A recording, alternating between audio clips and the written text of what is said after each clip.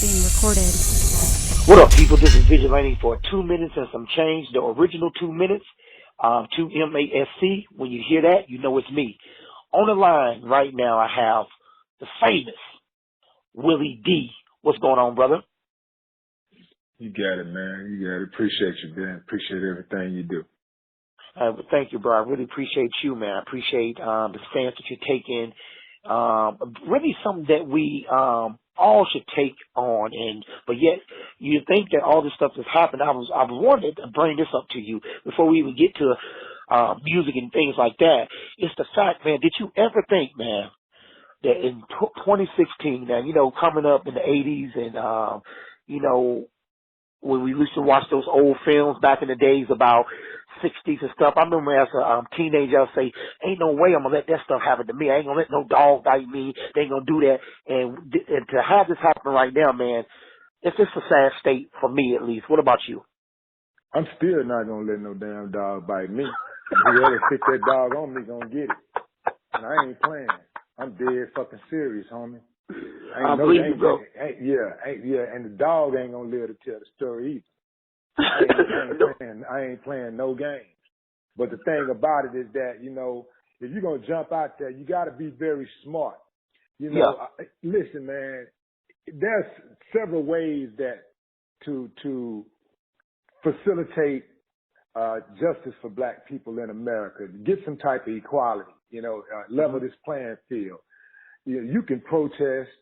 The next person may decide to be an organizer. The next person may decide that I'm gonna blog about this stuff. I'm gonna bring awareness by being a blogger.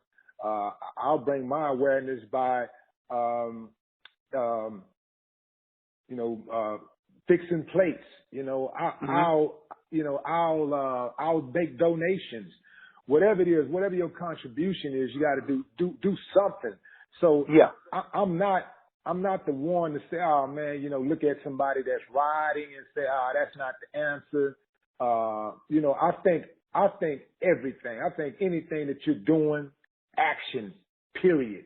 Like I say, some actions that we take may not necessarily align with our beliefs. I mean, personally, I do not believe that riding is the answer, because riding, most of the time when people riot, we're tearing up our own properties. And those people, they ain't really concerned. They ain't concerned about the condition that the hood is already in. So what's going to make them care that you tore up something, because somebody committed some type of grave injustice against the community. They don't care about that. So, I mean, if you were riding and that riding was more calculated, like going straight into some of the more well-to-do areas in town, then you would have a greater impact, because those people that live in those communities would be directly affected.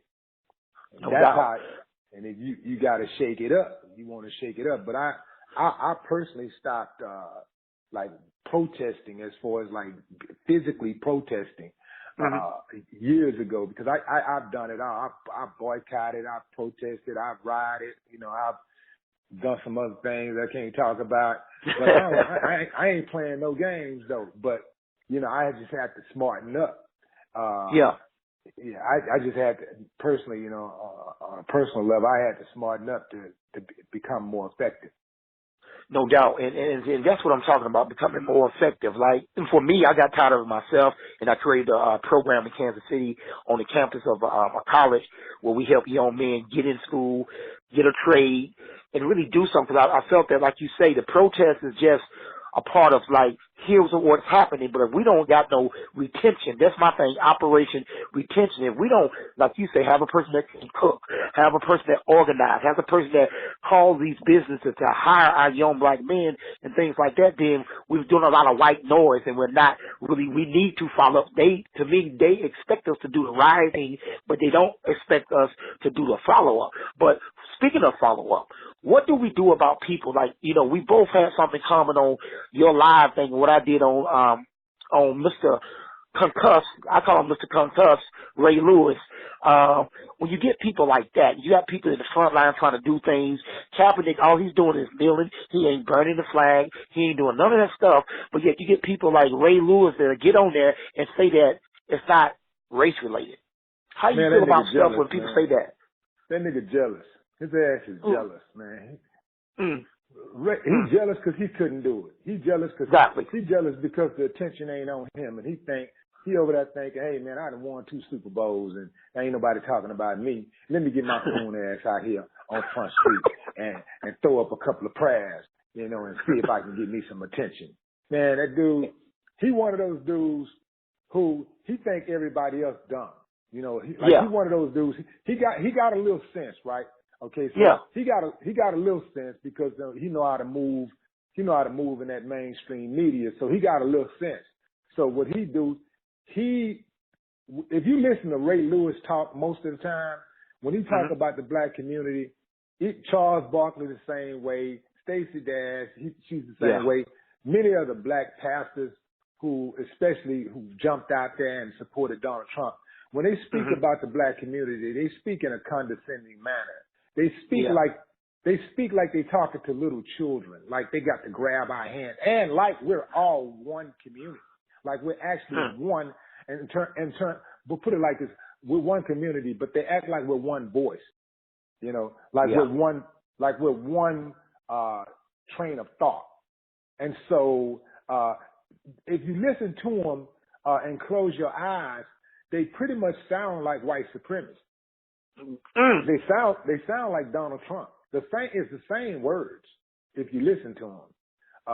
They sound like Glenn Beck. They sound like Rush Limbaugh. He's one of those dudes because he come from the hood, and you know he played football, and he been in that hood element. He think that I got some credibility because I'm from the hood and I made it, and I know some hood cats, right? Plus, my homies did a couple of murders that they know about, so they know we the real deal. Now, I'm gonna take that trust that people in the hood have of me in terms of being able to relate to me. I'm gonna take that trust and I'm gonna exploit it for my own benefit. Because what I'm trying to do is assimilate. And in order for me to assimilate, I got to get out here and I got to do some cooning. And I'm gonna sell out the black community. I'm gonna give them some money that's gonna rock them to sleep. See, most people, if you wanna rock anybody to sleep, give them something monetary. That's why child predators give kids candy. And they tell kids, help me find my dog. That's how you rock them to sleep. So Ray Lewis, he stroke a few checks. He go out into the community and walk and talk to the kids and stuff like that, and it rock people to sleep because the average person go like, oh wow, he's doing something. He's actually giving back. He's giving back. Right. He's going to community. Let me tell you something. I give back too. I go into the community too. I talk to the kids too. I go to prisons and speak to. I speak at prisons. I speak at universities. I speak at charter schools. I speak at elementary schools. I give money, but I don't coon. I don't try to blame black people for their own oppression. I don't do that. See, when you listen to these coons talk, a lot of times the coons will rock you to sleep because many times when the coons speak, they will first preface their little coon speaking with, well, you know, they'll criticize America in general. They'll criticize the police and say, yeah, you know, we got some bad cops and yeah, you know, we all need to do better. And then they go top heavy on black people. They criticize. Oh, yeah. They'll spend the rest of their speech just talking bad about black people. They'll go for a minute, and they cop apologies also. They always apologize for the oppressor. Anytime Johnny White do something wrong, man, they gonna figure out a way to apologize for him. It's a pathology that these guys that they all have in common. They all been indoctrinated by the same method of thought. By the same people, man.